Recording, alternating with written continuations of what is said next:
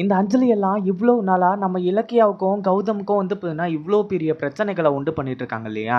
அதாவது ஆரம்பத்திலேயே அவங்க அம்மா வீட்ல இருக்கும்போதே வந்து பார்த்தீங்கன்னா, நம்ம இலக்கியாவ மட்டம் தட்டி கடைசியில ஒண்ணுத்துக்கும் இல்லாத ஆக்கலாம் அப்படின்ற மாரி பார்த்தாங்க.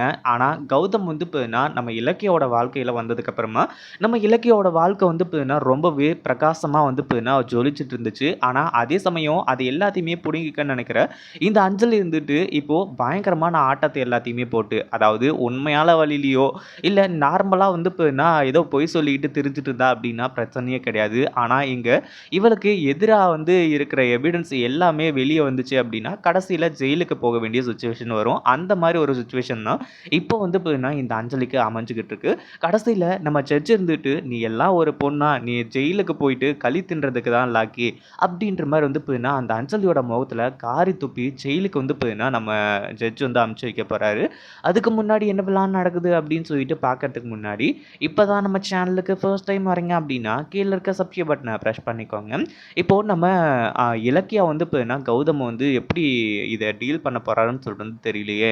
கௌதம் தனியா வந்து நின்னு தவிச்சுக்கிட்டு இருக்காரே அப்படின்ற மாரி யோசிச்சுட்டு இருக்காங்க.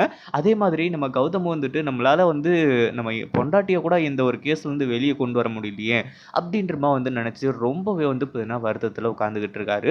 ஆனா, இந்த பைரவி வந்துட்டு சுத்தி, சுத்தி கூட்டிட்டு போய் வந்து பார்த்தீங்கன்னா, ஒரு டீட்டெயில் ரிவ்யூ குடுக்குறாங்க பாருங்க. அதாவது இந்த இடத்துல வந்து பார்த்தீங்கன்னா நீ இலக்கியாவ காப்பாத்துறது ரொம்ப கஷ்டம். அது மட்டும் இல்லாம நான் சொன்னா அஞ்சலி கேட்பா. நான் சொன்ன அடுத்த செகண்ட் வந்து பார்த்தீங்கன்னா, உன் பொண்டாட்டி மாரிலாம் கிடையாது. அடுத்த செகண்டே வந்து நான் சொல்றேன்னா, உன் பொண்டாட்டிய ரிலீஸ் பண்ண சொல்லி, கண்டிப்பா வந்து பார்த்தீங்கன்னா, அவ கேஸ வாபஸ் வாங்கி அவள வந்து வெளிய விட சொல்லிடுவா. அப்படின்ற மாரி வந்து சொல்லி, இந்த பைரவி வந்துட்டு ஏதோ அஞ்சலி நல்லவ மாரியும், அவ வந்து தப்பே பண்ணாத மாரியும், இலக்கியா தப்பு பண்ண மாதிரியும், இப்போ நம்ம இலக்கியாவ வந்து பார்த்தீங்கன்னா, ஈஸியா வெளிய எடுத்துடலாம் அப்படின்ற மாரி இவங்க பேசிட்டு இருக்காங்க. ஆனா, இதுல நம்ம கௌதம்க்கு வந்து பார்த்தீங்கன்னா, ஒரு லைட்டா வந்து உடன்பாடு இருந்துச்சு. ஏன்னா, நம்ம இலக்கியாவ முதல்ல காப்பாத்தி ஆவணும். இவங்க சொல்றத செஞ்சு தான் ஆகணும். இலக்கியா ஒரு நாள் கூட கஷ்டப்படக்கூடாது அப்படின்ற மாரி தான் நெனச்சாங்க. ஆனா, போற போக்குல, அதாவது காலம் போற போக்குல வந்து பார்த்தீங்கன்னா, அப்படியே கொஞ்சம் மாதிரி, இந்த இடத்துல வந்து பார்த்தீங்கன்னா, எல்லா விஷயமுமே தெரிய வந்துடுது. அஞ்சலி போட்ட அவ்ளோ பெரிய ட்ராமா, அஞ்சலி கர்ப்பமே இல்லாதது, அவளால எப்பவுமே கர்ப்பம் ஆகவே முடியாதது.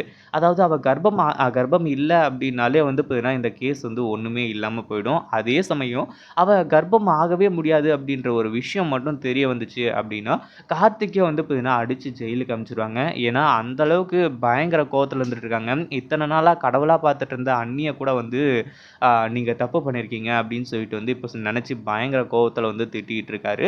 ஆனா, அஞ்சலி இவ்ளோ பெரிய தப்பு பண்ணிட்டு சாதாரணமா சாதுவா வந்து பார்த்தீங்கன்னா, உட்கார்ந்துட்டு இருக்காளே அப்டின்னா, கண்டிப்பா வந்து பார்த்தீங்கன்னா, கார்த்திக் வந்து அடிச்சு தொரத்துறதெல்லாம் கிடையாது. அடிச்சு கொன்னே போடுறதுக்கும் வந்து பார்த்தீங்கன்னா தயங்க மாட்டாங்க.